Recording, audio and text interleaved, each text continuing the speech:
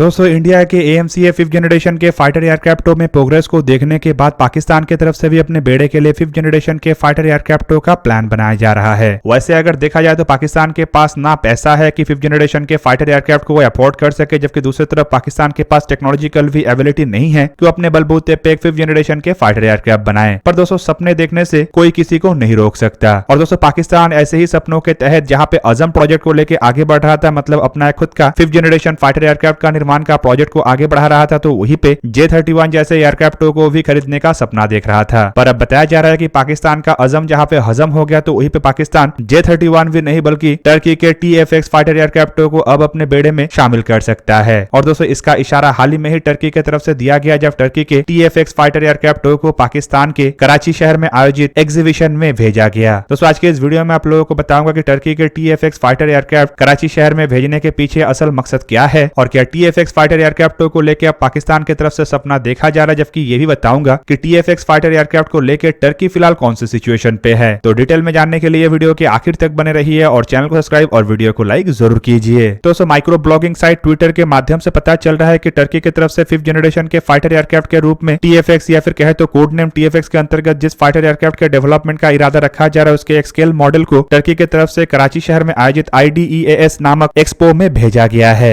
Report के मुताबिक पाकिस्तान के अंदर जो हर 2 साल में IDEAS नामक एक्सपो को आयोजित किया जाता है, उसमें टर्की की तरफ से करीबन 28 डिफेंस मैन्युफैक्चररों को पार्टिसिपेट करने के लिए भेजा गया है। टर्की के अलावा यहाँ पे जो दूसरे बड़े देश की तरफ से अपने कंपनियों को भेजा गया है वो है चाइना। और टर्किश मीडिया की तरफ से ये भी बताया जा रहा है कि इस एग्जीबिशन के दरमियान जो टर्की के पेविलियन है, यहाँ पे हजारों की संख्या में पाकिस्तान के विजिटर आ रहे हैं। पाकिस्तान के मीडिया हाउस डेली सफा की तरफ से भी इसे लेके एक रिपोर्ट पब्लिक किया गया और उनके द्वारा जानकारी दिया गया है कि टर्की की तरफ से इस एग्जीबिशन में अपने कई तरीके के हथियारों को डिस्प्ले किया गया है, जिनमें मिलिट्री हार्डवेयर से लेके tactical mini unmanned aerial vehicle, light weapon, artificial intelligence system, cyber security system जैसे इक्विपमेंट शामिल है। हालांकि पाकिस्तानी मीडिया एजेंसी में इस फाइटर एयरक्राफ्ट मतलब TFX फाइटर एयरक्राफ्ट का जिक्र नहीं किया गया। और सोशल मीडिया में कुछ फोटो को वायरल करते हुए दावा किया जा रहा है कि टर्की के 5th जनरेशन के फाइटर एयरक्राफ्ट के स्केल मॉडल को टर्की की तरफ से इस एग्जीबिशन में प्रदर्शित किया गया है। इवन एयरक्राफ्टों के स्पेसिफिकेशन को भी एक बैनर के अंतर्गत यहाँ पे डिस्प्ले किया गया है। हालांकि दोस्तों अगर देखा जाए तो ये फोटो काफी पुराना है और इसे 16 नवंबर मतलब IDEAS एग्जीबिशन के दूसरे दिन को पोस्ट किया गया था। और यहाँ पे जो बैनर है वहां पे लिखा हुआ है Turkish 5th generation multi role fighter aircraft developed using national technology and in house capabilities, मतलब स्वदेशी टेक्नोलॉजियों को इस्तेमाल करके टर्की की तरफ से बनाए जाने वाले 5th जनरेशन के मल्टी रोल फाइटर एयरक्राफ्ट। हालांकि दोस्तों इससे पहले टर्की की तरफ से अपने 5th जनरेशन के इन फाइटर एयरक्राफ्टों के स्केल मॉडल को और भी कई सारे एग्जीबिशन में प्रदर्शित किया जा चुका है, जिनमें सिंगापुर एग्जीबिशन से शुरू करके UK एयर शो तक शामिल है। पर पाकिस्तान के ये जो एग्जीबिशन है ये टर्की के लिए अधिक महत्वपूर्ण है, क्योंकि कुछ समय पहले ये भी खबर आया था कि पाकिस्तान और टर्की मिलकर 5th जनरेशन के फाइटर एयरक्राफ्टों के प्रोजेक्ट में काम करेगा। दोस्तों इसी साल के फरवरी महीने में टर्किश एरोस्पेस के CEO टमिल कोटल की तरफ से एक इंटरव्यू देते हुए जानकारी दिया गया था कि टर्की और पाकिस्तान ज्वाइंटली एक 5th जनरेशन के फाइटर एयरक्राफ्टों का डेवलपमेंट करेगा। हालांकि उस दरमियान ये कंफर्म नहीं हुआ कि ये एयरक्राफ्ट मतलब दोनों देश क्या एक साथ मिलकर TFX प्रोजेक्ट के ऊपर काम करेगा या फिर दोनों देश मिलकर कोई अन्य 5th जनरेशन के एयरक्राफ्टों का डेवलपमेंट करेगा जो एक्सपोर्ट पोटेंशियल के साथ हो या फिर कहे तो पाकिस्तान के लिए हो। हालांकि दोस्तों इस तरीके के खबर के बावजूद ये कंफर्म नहीं हुआ है कि पाकिस्तान TFX प्रोजेक्ट में एक साथ काम कर रहा है कि नहीं। पर देखा जाए तो पाकिस्तान को 5th जनरेशन के फाइटर एयरक्राफ्टों का काफी अधिक आवश्यकता है, क्योंकि पाकिस्तान हर मामले में भारत का मुकाबला करना चाहता है, जबकि इस मामले में अब पाकिस्तान भारत से बिछड़ चुका है। भारत 5th जनरेशन के फाइटर एयरक्राफ्ट मतलब AMCA फाइटर एयरक्राफ्टों का डेवलपमेंट कर रहा है और इसमें भारत को अब तक काफी बड़े सफलता मिल चुका है। और भारत के द्वारा एयरक्राफ्टों के कई सारे कंपोनेंटों के डेवलपमेंट के अलावा मेटल ब्लॉकहेड के कटिंग का भी शुरुआत कर दिया गया है। और रिपोर्ट के मुताबिक जल्द ही एयरक्राफ्टों के प्रोटोटाइपों का निर्माण करके भारत एयरक्राफ्टों के रोल आउट का भी तैयारी करेगा। मीडिया रिपोर्ट के मुताबिक भारत के जो AMCA फाइटर एयरक्राफ्ट का प्रोजेक्ट है, इसके क्रिटिकल डिजाइन रिव्यू मतलब CDR इस साल के अंत तक मतलब दिसंबर महीने तक संपूर्ण हो जाएगा। तो वहीं पे अगले साल संभावित एयरक्राफ्ट को लेके कैबिनेट कमेटी ऑन सिक्योरिटी की तरफ से भी अप्रूवल दे दिया जाए। और इस अप्रूवल के बाद जहां पे साल 2023 से ही एयरक्राफ्टों के प्रोटोटाइपों के निर्माण का काम शुरू होगा, तो वहीं पे माना जा रहा है कि साल 2025 एयरक्राफ्टों के रोल आउट और साल 2026 एयरक्राफ्टों के फर्स्ट फ्लाइट का साल होगा। हालांकि दोस्तों भारत के जो AMCA फाइटर एयरक्राफ्ट का प्रोजेक्ट है, इसे देखते हुए पाकिस्तान की तरफ से भी हड़बड़ी में प्रोजेक्ट अजम नाम से एक एयरक्राफ्ट के प्रोजेक्ट को लॉन्च कर दिया गया था, लेकिन इसमें पाकिस्तान को अब तक कोई काम करने का मौका नहीं मिला, क्योंकि पाकिस्तान के पास उस तरीके की कैपेबिलिटी है ही नहीं कि वो अपने बलबूते पे किसी 5th जनरेशन के फाइटर एयरक्राफ्ट के डेवलपमेंट का काम को एटलीस्ट शुरू करे। वही पे पाकिस्तान के पास इतना पैसा भी नहीं है कि वो एयरक्राफ्टों के डिजाइन को लेकर भी काम शुरू कर सके। कुछ एक्सपर्टों का कहना है कि भारत से अपने आप को इस तरीके से बिछड़ते हुए देखने के बाद पाकिस्तान के द्वारा टर्की के सामने गुहार लगाया गया है कि भारत के मुकाबला करने के लिए पाकिस्तान को टर्की की तरफ से मदद किया जाए, खास करके 5th जनरेशन के फाइटर एयरक्राफ्ट के मामले में। और संभावित इसी कारण पाकिस्तान को लेकर टर्की एक ज्वाइंट डेवलपमेंट प्रोजेक्ट को आगे बढ़ाने का इरादा बनाया है, लेकिन अब तक ये खुलासा नहीं हुआ है कि ये केवल मात्र एक तरीके के बयानबाजी है या सच में टर्की पाकिस्तान के साथ आगे बढ़ना चाहता है। क्योंकि दोस्तों यहाँ पे संदेह इस बात में भी है कि पाकिस्तान फिलहाल टर्की को उस तरीके से टेक्नोलॉजिकल भी मदद नहीं कर सकता है और पैसे के मामले में तो पाकिस्तान के पास उस तरीके का हैसियत नहीं है कि वो टर्की को मदद कर सके। दोस्तों टर्की की तरफ से पाकिस्तान में आयोजित इस एग्जीबिशन के दरमियान स्केल मॉडल को प्रदर्शित करने के साथ साथ बैनर में एयरक्राफ्ट के रिलेटेड जो डिटेल और स्पेसिफिकेशन दिया गया है उसके मुताबिक ये जो TFX फाइटर एयरक्राफ्ट है ये 2 इंजन वाले मल्टी रोल एयरक्राफ्ट का एक ऐसा डिजाइन होगा जो primarily air to air mission के लिए होगा, पर इसके पास एयर टू ग्राउंड मिशनों को भी अंजाम देने का कुछ क्षमता होगा। दोस्तों TFX प्रोजेक्ट की अगर शुरुआत को देखा जाए तो सबसे पहले 5 अगस्त 2016 के दिन इसे लेके प्राइमरी कॉन्ट्रैक्ट के ऊपर हस्ताक्षर हुआ था। TFX एयरक्राफ्ट के इंडिजीनियस डिजाइन और डेवलपमेंट के प्रोग्राम को शुरू करने को लेकर टर्की के national defence under secretary for defence industry और टर्किश एरोस्पेस इंडस्ट्री के बीच में ये समझौते के ऊपर हस्ताक्षर हुआ था।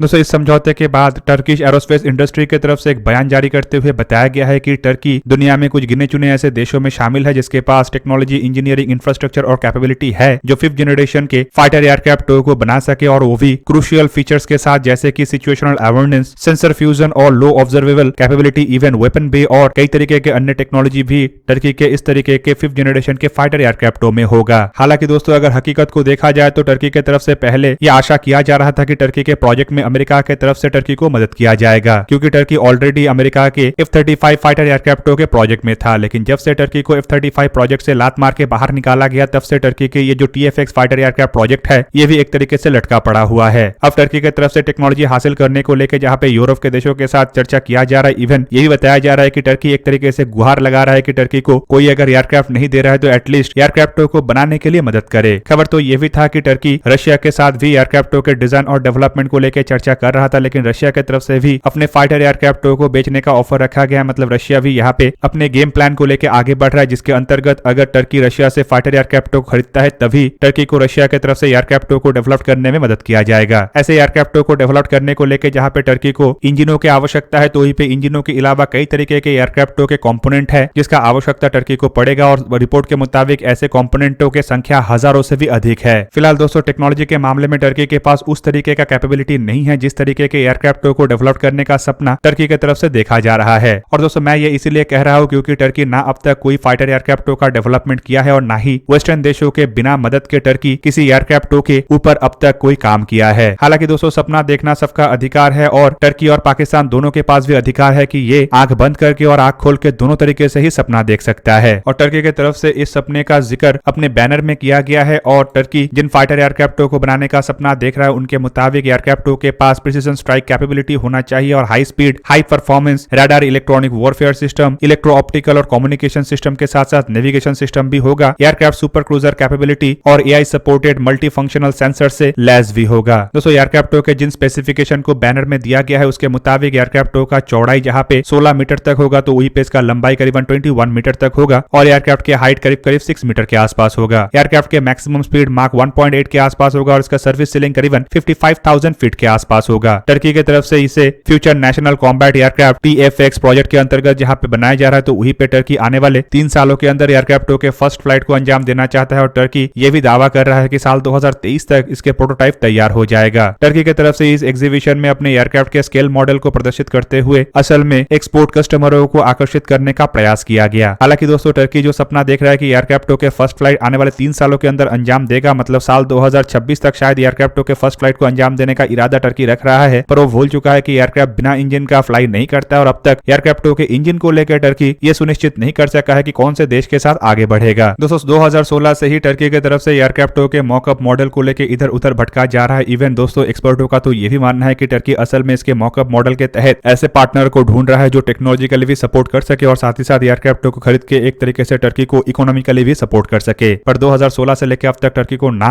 ऐसा कोई पार्टनर मिला और ना ही टर्की इसके मॉडल के अलावा और किसी तरीके से आगे बढ़ सका। सिंगापुर एयर शो में पहली बार टर्की की तरफ से एशियाई किसी एक देश में एयरक्राफ्टों के मॉडल को प्रदर्शित किया गया है, जबकि पाकिस्तान में एयरक्राफ्टों के मॉडल को लाना कोई बड़ा बात नहीं है क्योंकि सारी दुनिया को पता है कि टर्की पाकिस्तान को अपना एक पार्टनर मानता है और अब तक कई सारे हथियारों को दे चुका है। ऐसे में दोस्तों भारत के लिए कोई हैरानपूर्ण बात नहीं है और अगर टर्की पाकिस्तान को एयरक्राफ्ट देता है तब भी ये भारत के लिए उस तरीके का हैरानपूर्ण बात नहीं होगा, क्योंकि इस तरीके के एयरक्राफ्टों को डेवलप करने के लिए अभी भी टर्की को काफी मुशक्कत करना है और जब तक ये एयरक्राफ्ट डेवलप्ड होगा तब तक भारत के पास AMCA एयरक्राफ्ट भी होगा। इवन माना तो ये भी जा रहा है कि भारत के AMCA एयरक्राफ्टों के करीब करीब 5 साल से 8 साल के बाद ही टर्की इन एयरक्राफ्टों को एक तरीके से तैयार कर सकेगा। तो दोस्तों ये था आज का वीडियो। अगर आपको वीडियो अच्छा लगा तो लाइक कीजिए और मेरे चैनल को सब्सक्राइब कीजिए और साथ में बना हुआ बेल आइकन को भी प्रेस कर दीजिए ताकि आप मेरा वीडियो देख पाए सबसे पहले। जय हिंद।